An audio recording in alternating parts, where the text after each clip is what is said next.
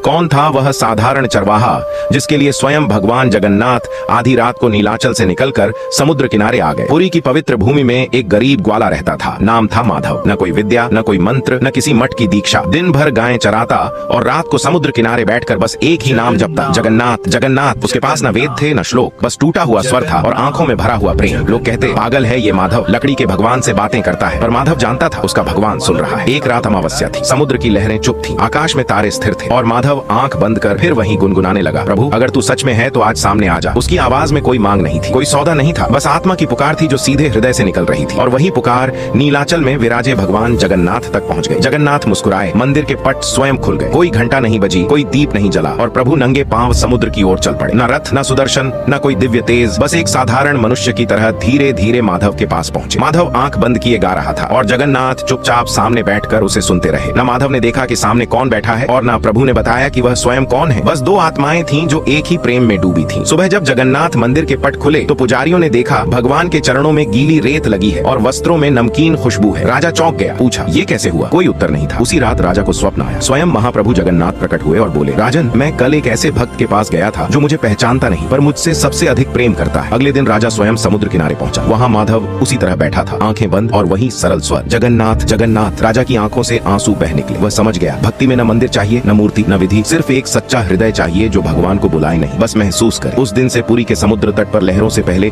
माधव की आवाज गूंजती है, क्योंकि जहाँ प्रेम सच्चा हो वहाँ भगवान को स्वयं चलकर आना पड़ता है। जय जगन्नाथ।